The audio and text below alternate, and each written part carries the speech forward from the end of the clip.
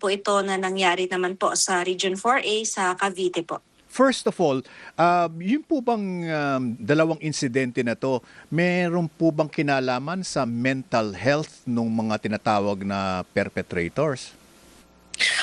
Sa ngayon po, inaalam po natin since hindi po dito sa ating region nangyari po yung mga incidents. So ongoing pa rin naman po yung investigation at saka po yung psychological evaluation hindi lamang po dun sa mga suspects, maging din po sa mga biktima dito sa dalawang insidenteng ito. So naghihintay din po tayo kung ano yung magiging result po ng kanilang investigation, kung ano po ba yung pinagsimulan or kung may kinalaman po ba sa mental health since kaka-start pa lang po ng klase kung mental health na po ang pinag-uusapan natin, parang stress na po agad po ba itong mga estudyante nating ito para po mangyari itong mga incidents po na ito. Pero, I mean, it may not be about the school. Baka sa Estudyante mismo, oo, no? sa family Oo. mismo, di po ba? Sino pong nagsasagawa ng investigasyon, Major Hazel? Yung pong investigation ay ginagawa po ng Calabarzon ng Region 4A po, kasama po syempre yung pakikipagtulungan po nung dalawang eskwelahan kung saan po nangyari po yung insidente. Ayun. Kasi nga po, medyo ilang araw na po yung nakakalipas, wala pa rin po bang initial report man lang. Pagdating po dun sa report nila, sa ngayon po katulong na po nila dahil nga po nag-elevate na po ito, kaya po nagkaroon na ng directive si Chief PNP regarding dito. So hinihintay po natin kung anong kalalabasan ng investigasyon po na ginagawa ng Region 4A. Ma'am, itong direktiba po na ito ay dahil po dito sa mga nangyari, no? Nakipag-ugnayan po ba ang mga eskwelahan to actually ask for added security? Dito po sa atin sa NCR, wala pa naman po tayong nare-receive na mga prior request po mula dito sa mga ating eskwelahan. Pero po since po kasi before magsimula pa yung ating balik eskwela is nagkaroon na po tayo ng actual na pakikipag-ugnayan doon sa mga schools kung kinakailangan po nila ng dagdag na mga personnel or na mga security sa labas ng paaralan. So kaya po kami nagkaroon po ng deployment na nasa 4,000 po sa labas ng mga paaralan para ensure na yung all throughout po ng ating school year dito sa NCR ay meron po silang mga malalapitan na mga pulis po sa labas ng paaralan. Meron din po tayong mga police assistance desk na nakalatag po sa mga malalapit po doon sa entrance ng mga schools. So meron na rin pong pagtulong ang mga police, hindi lang po sa security, kundi pati na rin po ba doon sa disciplinarians po natin, sa discipline office, whereby yung mga estudyante at mga guro ay maaring makipag-usap to ask for psychosocial intervention?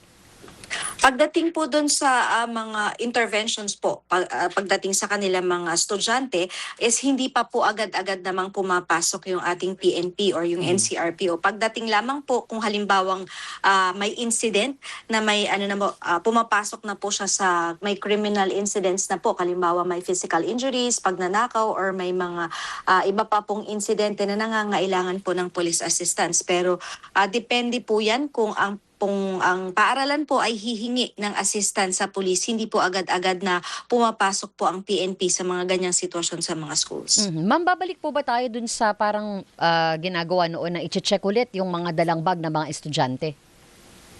Dito po sa NCR, meron po tayo mga paaralan na nagre-request po na pagka po oras ng pasok, meron po mga nag-a-assist sa kanila na mga PNP personnel, lalo pa po doon sa mga malalaki nating eskwelahan, yung mga high school kung saan po nag-check ng mga bag or ng mga gamit sa pagpasok ng schools. Meron po tayong mga schools na ina-assist. Depende po yan sa request ng paaralan. Major, ano po ang regulations or what does the law state, kung meron man, on the security guard complement ng mga eskwelahan? Meron po bang law or rule na dapat meron silang mga security guards? And isasama ko na yung tinatawag na walk-through metal detector? Yan pong actually po yung mga pinapatupad po nila na pagkakaroon ng mga security guard or yung mga metal detectors is depende po yan sa paaralan. So hindi po saklaw ng PNP, DepEd po siguro ang maaring makasagot kung sila po ba ay allowed or hindi po sila allowed na magkaroon ng mga security guards or ng mga metal detectors. So, depende po yan doon sa regulation po na pinapatupad ng Department of Education.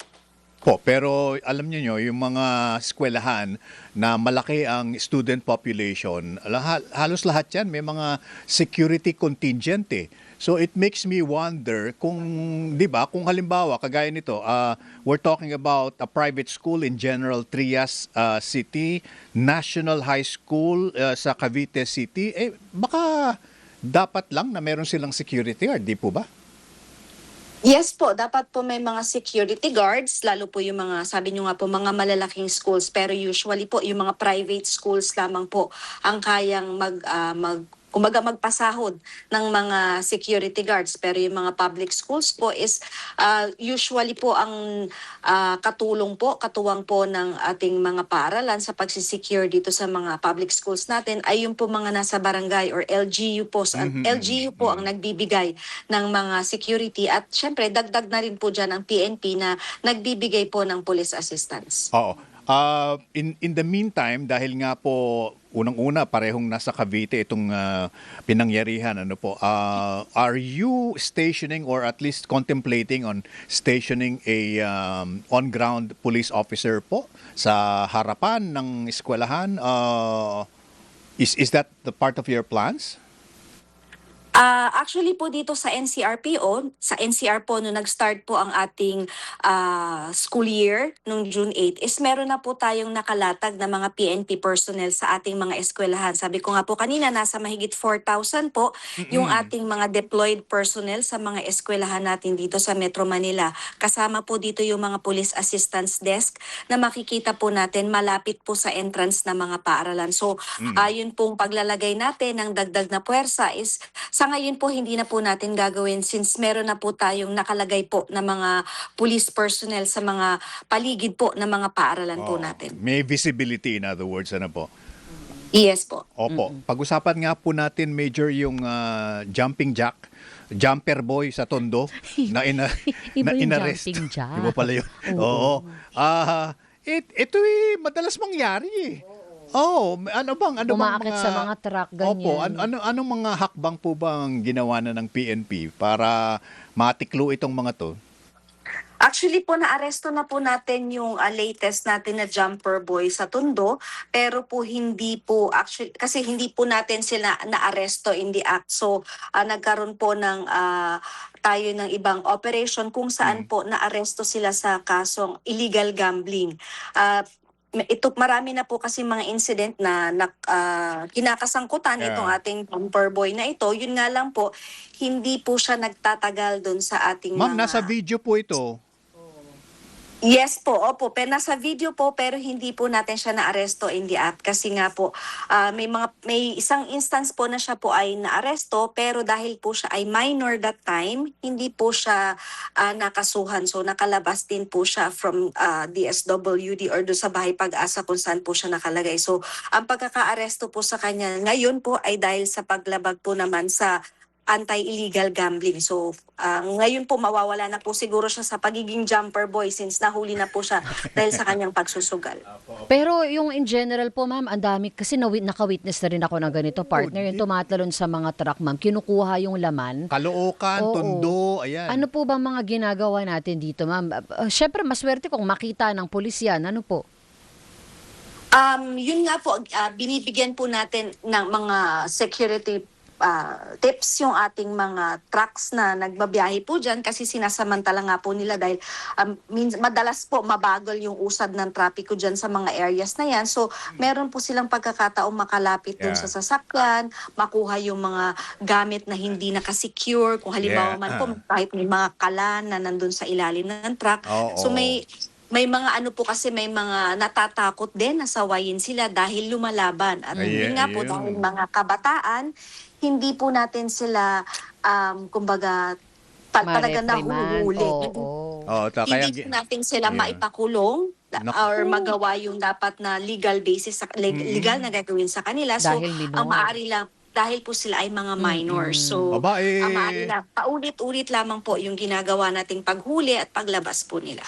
Mag-issue po tayo ng show court order sa mga magulang nito. Kung mga minor, di po ba? Dapat may kinalaman ng mga magulang dyan. Isingit ko lang po, Major Hazel, ano po, sa laman ng social media ngayon, yung isang very exclusive village na di umano Nalooban. Nalooban nung nasa loob na. ilang beses nang naakyat bahay yung ilang Oo. residente doon. Opo. Are you familiar with that, ma'am? Yes po, yun po yung dito po sa area ng Makati kung saan naman po naaresto naman po natin yung suspect na involved po dun sa pagnanakaw dun sa isang bahay, dun sa loob po ng isang Opo. posh na village dito sa area ng Makati. Opo. So since hindi po kasi yung pong ating mga exclusive villages ay hindi po siya napapasok ng ating police for mobile Opo, patrolling. So nakadepende po sa ating ugnayan dito sa mga exclusive villages na to yung pagpasok po ng PNP. Opo. Opo. So, Milyon eh. Oo, masakit yun. Akyat bahay yung pinag-uusapan. Tama. Kayo yung ganito na rin, ma'am, liban lang po sa akit bahay kasi may mga insidente rin po na yung mismo kasambahay, yung nagnakaw, di ba? Nung mga pera, nung mga alahas. Ano pong paalala ng PNP doon po sa paghahanap po natin ng ating mga magiging kasambahay, Major? Yes po, ito pong sinasabi niyo siguro pong incident na ito, yung nangyari sa Quezon City kung saan yung po kanilang kasambahay na almost 1 month pa lang po sa kanila ay tinangay po yung mga alahas, cellphone at iba Naku. pang mamahaling gamit. Siguro po, kung mag-hire po tayo ng ating mga kasambahay, siguraduhin po natin na i-verify po agad natin lalo yung kanilang pagkakakilanlan, bukod po sa paghingi ng mga valid government IDs at syempre yung kanilang mga clearances, dapat po siguro ay i-verify din po natin sa kanilang mga dating employer or meron po tayong background checking para po malaman po natin kung ano po talaga yung pagkakakilanlan ng ating kinukuha na kasambahay since ipinagkakatiwala po natin yung ating tahanan, lalo pa po ito Okay. na umalis po sila, pagbalik po nila Ayun. na nalimas na yung Oo. kanilang mga gamit. So bukod po sa police clearance, siguro po yung pagbabackground check po natin. Meron po mga agencies po na gumagawa niyan, pero kung halimbawang nire-refer lamang po tayo or yung may mga nagbo-walk-in po kasi may nakalagay po kasi sa mga bahay Oo. na wanted helper, yung mga ganun po, siguro alamin po muna natin yung pagkakakilanlan, yung background bago po natin i-hire at Oo. papasukin sa ating mga tahanan. Yan, kasi in kasambahay we trust. Ganun dapat eh. Major, maraming salamat po sa inyong mga ibinigay pong update sa amin. Tatawagan po namin kayo ulit next time, ma'am. Thank you, ma'am. Maraming salamat po. Good morning. Thank you po ang Alright. ating spokesperson ng NCRPO, Police Major Hazel Asilo. Hinga muna tayo, partner. Oras natin. Alas 10:42.